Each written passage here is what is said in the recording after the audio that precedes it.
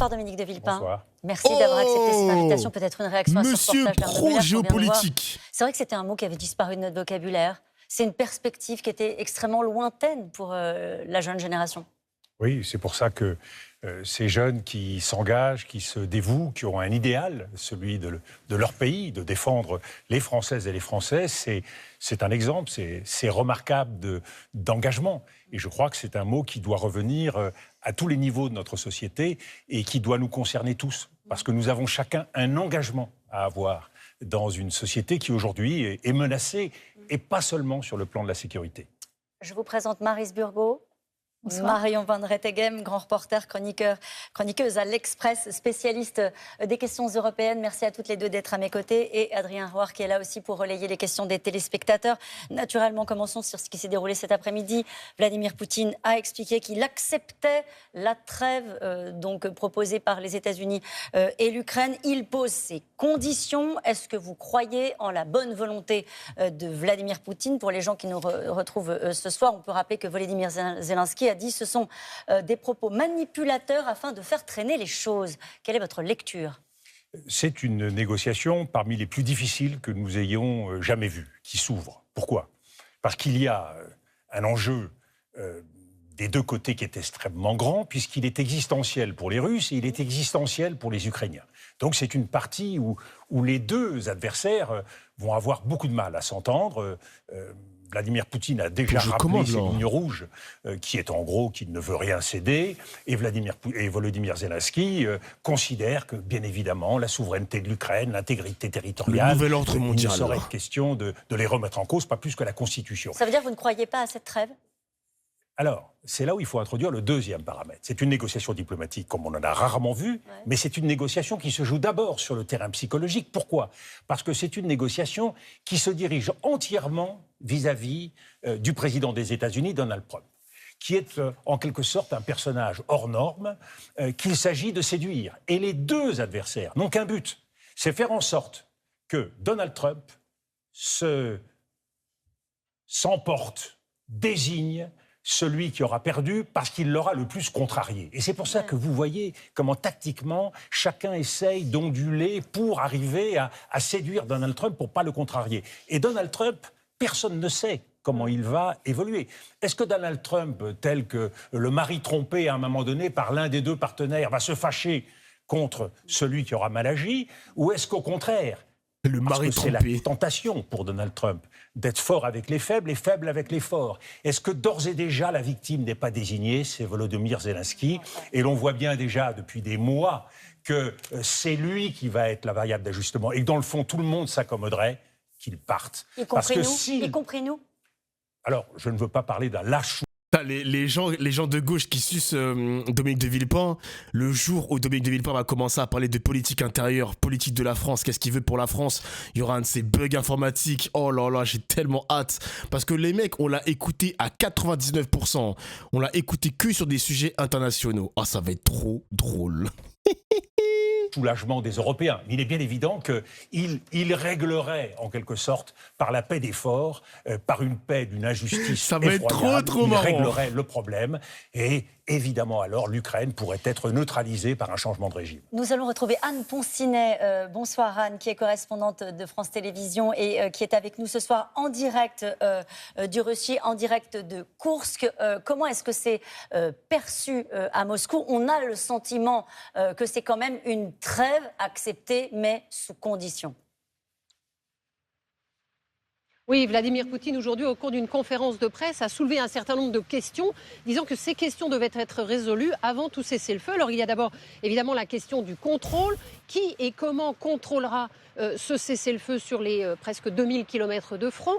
Ensuite, il ne veut pas que les Ukrainiens utilisent cette période de cessez-le-feu pour se réarmer et pour remobiliser. Et puis, il a parlé de la région de Koursk, où je me trouve, parce que vous savez que les Russes sont peu à peu en train de repousser les Ukrainiens qui avaient pris pied dans cette cette région. Et apparemment, le Kremlin est bien décidé à ne pas faire de cadeau à Kiev dans cette affaire. Et visiblement, Vladimir Poutine ne voit pas tellement bien quel genre de cessez-le-feu pourrait intervenir dans cette région. Mais Vladimir Poutine n'a pas rejeté en bloc ce cessez-le-feu, contrairement à ce que pensaient un certain nombre de Russes et de militaires que nous avons pu rencontrer ces jours derniers. Merci beaucoup, Anne. Allons maintenant à Washington. Nous allons retrouver Camille Gutin.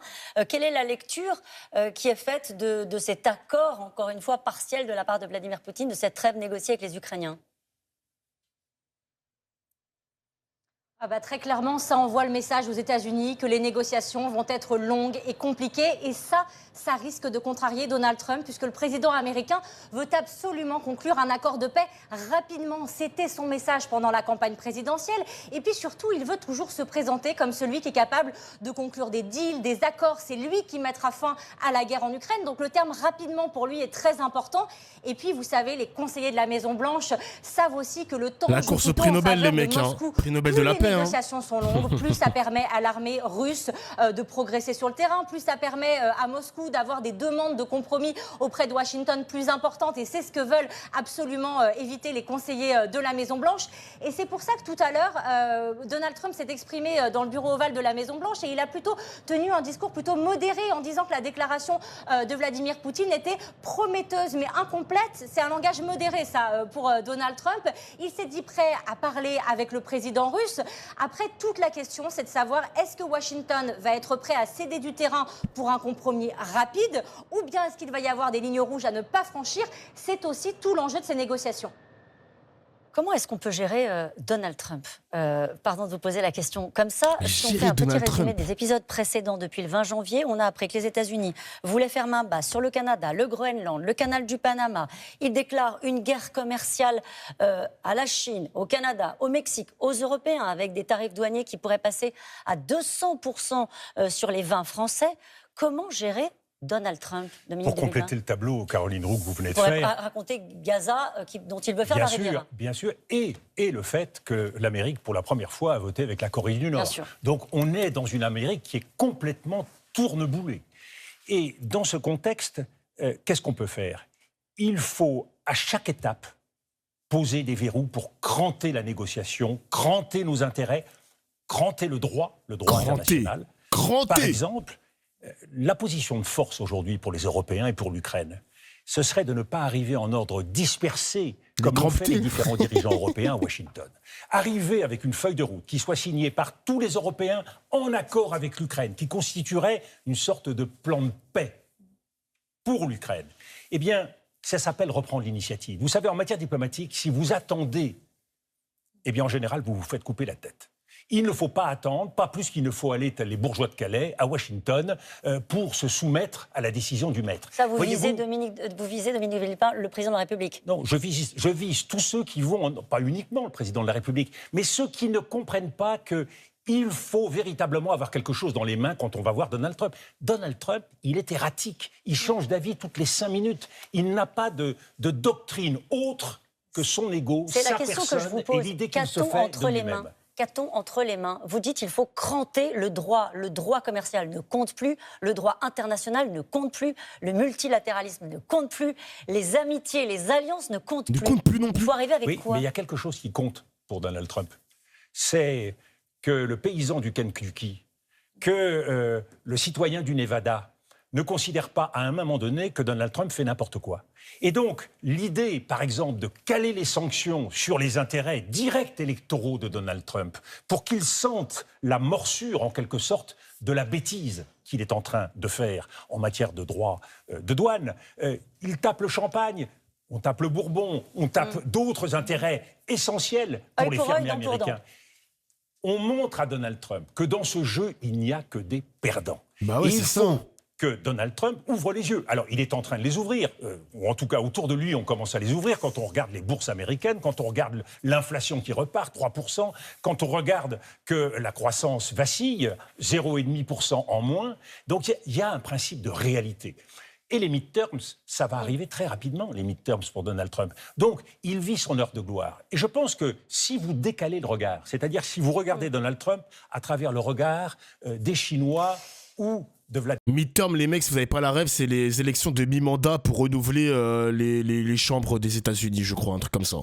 Donc les sénateurs, je crois que c'est ça. Hein. Ça arrive tous les 2 ans, quoi. Les midterm. Voilà. Vladimir Poutine, qu'est-ce que vous voyez chez Donald Trump? C'est quoi cette émote? Vous vous dites, tiens, Donald Trump, Nouvelle émote? c'est peut-être le Mikhail Gorbatchev de l'Union Atlantique. C'est Gorbatchev. peut-être celui qui va être le fossoyeur du monde atlantique. C'est quoi Parce cette émote? il est tellement irrationnel, il divise tout le monde, il contrecarre toutes les idées reçues et toutes les valeurs que nous Et je suis représentons. mort.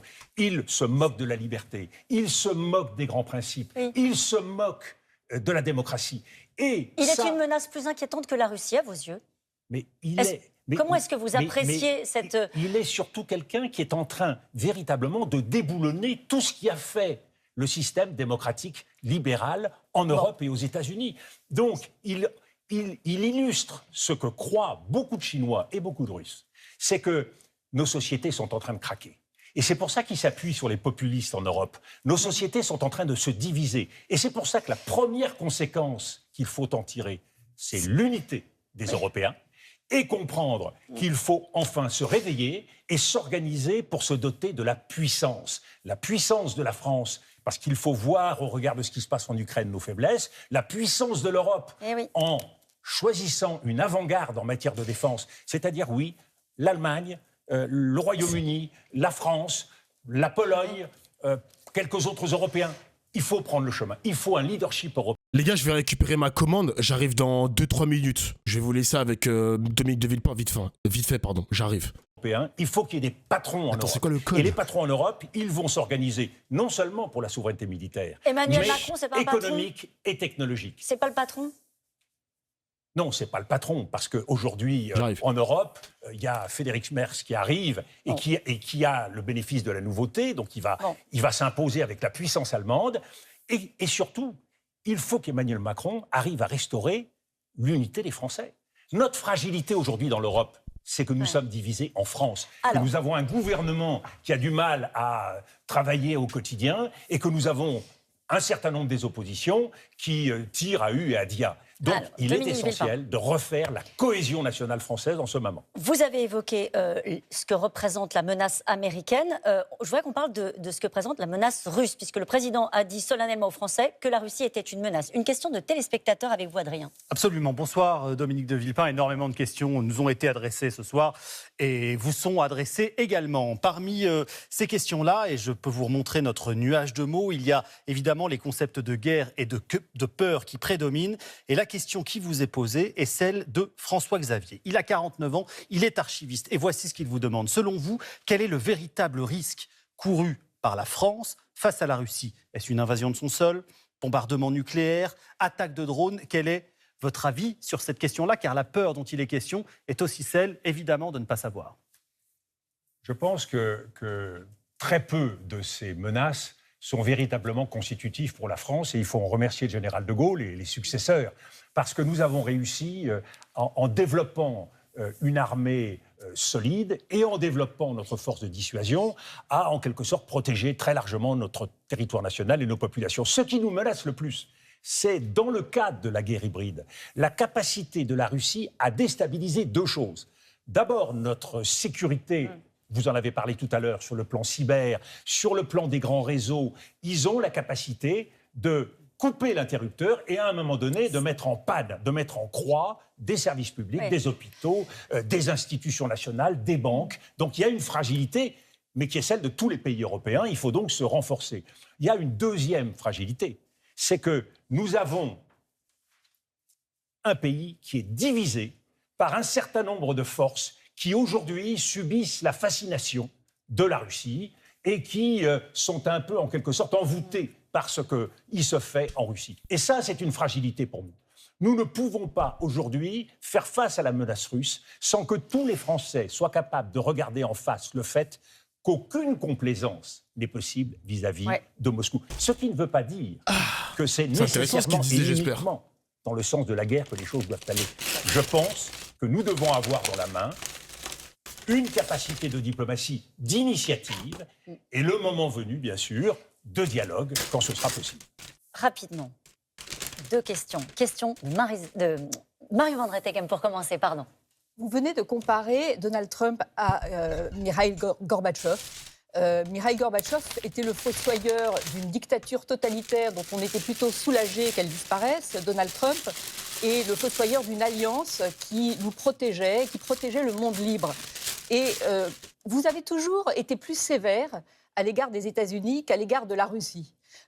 Juste après l'invasion de la Crimée par Vladimir Poutine, en 2014, vous avez dénoncé l'alignement atlantiste de la France, vous avez déploré l'humiliation infligée à la Russie, et vous avez d'ailleurs co-signé dans Le Monde une tribune avec un ex-ministre russe de la Défense, très proche de Vladimir Poutine, qui... Là, vous n'êtes pas très bien informé. Je l'ai lu. Non, mais je dis très proche, vous n'êtes pas très bien informé. Très proche de Vladimir Poutine. Igor Ivanov, c'est l'homme avec lequel Sergueï nous Ivanov. avons...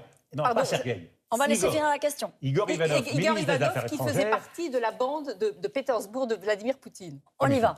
Pas du tout, pas du tout. C'est un diplomate qui a œuvré avec la France dans le cadre de l'affaire irakienne en 2003. Une Donc, question. Il épousait... Non, mais vous trompez d'Ivanov. Il y a Pardon. deux Ivanov.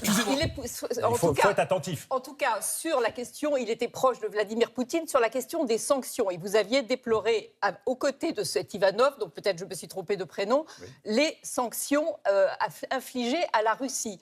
Or, en 2014, la Russie avait déjà bafoué et violé le droit international, violé la souveraineté de l'Ukraine. Elle était déjà une puissance impériale qui se définissait comme un océan sans limite. Elle était déjà une menace pour la France et pour l'Europe. Donc qu'est-ce qui s'est passé pour que vous ayez révisé votre jugement, pour que tout d'un coup, vous soyez en effet vous réveillez l'opinion publique à juste titre sur la menace de la Russie. Et qu'est-ce qui s'est passé pour qu'aujourd'hui, vous ayez changé, vous considériez que la Russie est une menace, qu'elle n'était pas en 2014 ? C'est toujours très désagréable sur des questions aussi graves d'avoir à répondre à un procès d'intention. Parce que là, vous avez mélangé les carottes et les patates, vous avez mélangé les périodes, et donc il est difficile d'y retrouver son chien. Ce qui est vrai, c'est que je suis, oui, vous avez raison, très exigeant des États-Unis. Pourquoi ? Parce que c'est notre allié. Il y a eu un joli recadrage. Bon, si je l'ai raté, c'est pas très grave, les mecs. C'est pas très grave. Je vais m'en remettre, vous inquiétez pas. Qu'il est plus facile de faire passer des messages francs, directs et à égalité à nos amis américains. Je sais pertinemment que vis-à-vis des Russes, c'est autrement compliqué. Ce qui est vrai dans l'histoire du désaccordement entre l'Europe, les États-Unis et la Russie, c'est qu'il y a eu, à un moment, des malentendus extrêmement profonds. Je les ai vécus quand j'étais aux affaires. J'ai raté la joute du siècle. Je vous rappelle que la période que vous évoquez de changement de l'attitude de la Russie, c'est quand j'ai quitté les affaires. C'est à partir essentiellement de 2008 et de la Géorgie. Donc, une fois de plus, vous mélangez un peu les données. 2003. Vous êtes des maxeurs. Non, 2003, c'est pas du tout cette période-là. Bon. Donc, ce qui est vrai, c'est qu'aujourd'hui, nous avons à prendre conscience, mais je le pense depuis les années 2007-2008, du changement de la Russie. Nous avons vu l'évolution de la Russie. Mais vis-à-vis des États-Unis, c'est un allié. Nous ne sommes pas du tout dans la même situation vis-à-vis des uns et vis-à-vis des autres. Maryse. Donc on ne peut pas comparer et établir une équidistance et je ne suis pas du tout dans le même type de relation entre l'un et l'autre. C'est un télescopage qui me paraît un peu gênant. Alors, moi, Dominique de Villepin, je voulais vous parler d'un chiffre, 210 milliards d'euros d'avoirs russes gelés. C'est une somme colossale, un tas d'or qui appartient à Moscou, mais c'est bloqué en Europe depuis les sanctions imposées à la Russie. Alors, les Européens sont un peu divisés sur la question, les politiques français aussi, ils en ont débattu aujourd'hui à l'Assemblée nationale. Pour l'instant, on ne prend que les dividendes, les intérêts de ce capital pour aider l'Ukraine et on ne touche pas pour l'instant aux 210 milliards d'euros. Le gouvernement français dit il ne faut pas faire ça parce que, par exemple, cela fera fuir les investisseurs d'Europe. Alors, ma question est assez simple. Est-ce que vous êtes d'accord, vous, Dominique de Villepin, pour que l'on saisisse, que l'on prenne ces 210 milliards d'euros maintenant? Marie Burgot, ce n'est pas une question du bon plaisir. Évidemment, si on pouvait le faire, il faudrait le faire. Et moi, je souhaiterais beaucoup que nous soyons capables, par le respect du droit, de faire un tel geste. Ce serait évidemment très facile. Mais les arguments du président de la République et du gouvernement sont des arguments sérieux. Je vous rappelle que quand les Russes, il y a un certain nombre d'années, ont décidé de revenir sur la décision de rembourser leur emprunt russe, eh bien, presque 80 ans plus tard, ils ont dû finir par le rembourser. Donc, il y a un principe de réalité qui joue en matière financière. Et quand vous avez des avoirs que vous détenez, évidemment, les investisseurs regardent la façon dont vous les traitez et ils sont susceptibles d'appliquer la réciprocité. C'est vrai pour les fonds qui viennent du Moyen-Orient ou les fonds français placés aux États-Unis. Vous savez, Donald Trump pourrait très bien décider de sanctionner la France pour avoir pris une telle mesure en mettant la main sur les avoirs français aux États-Unis. Donc, une fois de plus, si l'on peut le faire, faisons-le. Je comprends le président de la République quand il dit on ne fait pas n'importe quoi dans le domaine du respect des règles internationales. Il y a une bataille d'experts à ce sujet, c'est possible. Ouais, c'est ça, hein. Dominique de Villepin, Gabriel Attal, même raisonnement. Parce que oui, comme il a expliqué, il y a eu ce débat-là à l'Assemblée nationale. Gabriel Attal, qui est le président du groupe Amitié France-Ukraine, lui, ça le dérange pas du tout qu'on saisisse les avoirs. Hein. Attention, parce que la Russie, ils peuvent voir ça d'un très mauvais œil, le chat. Hein. Très très mauvais œil. Possible de le faire. C'est une décision politique experts, ils pensent qui peut être prise. Ils pensent ce qu'ils veulent. Les gouvernements et le président de la République, aujourd'hui, avancent des arguments qu'il faut prendre au sérieux. Et de ce point de vue-là, nous ne pouvons pas agir selon notre bon plaisir. Ouais. Et ce n'est pas quelque chose qui se discute à la buvette de l'Assemblée nationale. Certainement. Et vous n'êtes pas pour, en tout cas. Non, je serai pour. Renversons, je serai pour, dans la mesure où il y a le moyen de faire en sorte que cette décision ne soit pas une décision qui nous coûte beaucoup plus cher par la suite. Merci beaucoup Dominique de Villepin. Raphaël Glucksmann vous a écouté avec beaucoup d'attention. Il sera notre invité dans un instant aux côtés de... Les mecs, je vais m'infliger Glucksmann. Je m'en fous. Je vais m'infliger Glucksmann, les mecs. Ce va-t-en-guerre. Ce sera quoi ces arguments? Oh mon Dieu. Oh mon Dieu! Michel Hazanavicius, je voudrais que vous voyez ce reportage. À travers toute la France, des entreprises se convertissent à l'économie de guerre. On se souvient qu'Emmanuel Macron avait appelé au passage à l'économie de guerre dès 2022. Julien Bigard et Antoine Placier sont allés à la rencontre de 2 PME à Tarbes et à Toulouse. Regardez. Emmanuel Macron veut mettre la France en marche vers une économie de guerre. Des dizaines d'entreprises en ont déjà pris le chemin. Exemple, à Tarbes, voici la seule usine de France à produire des cordes d'obus. Et depuis le début de la guerre en Ukraine, la fonderie a quadruplé sa production. Donc là, on prépare la pièce. Pour éviter de la percer, on va refroidir l'intérieur. Cette année, 160 000 cordes d'obus devraient sortir de cette usine à destination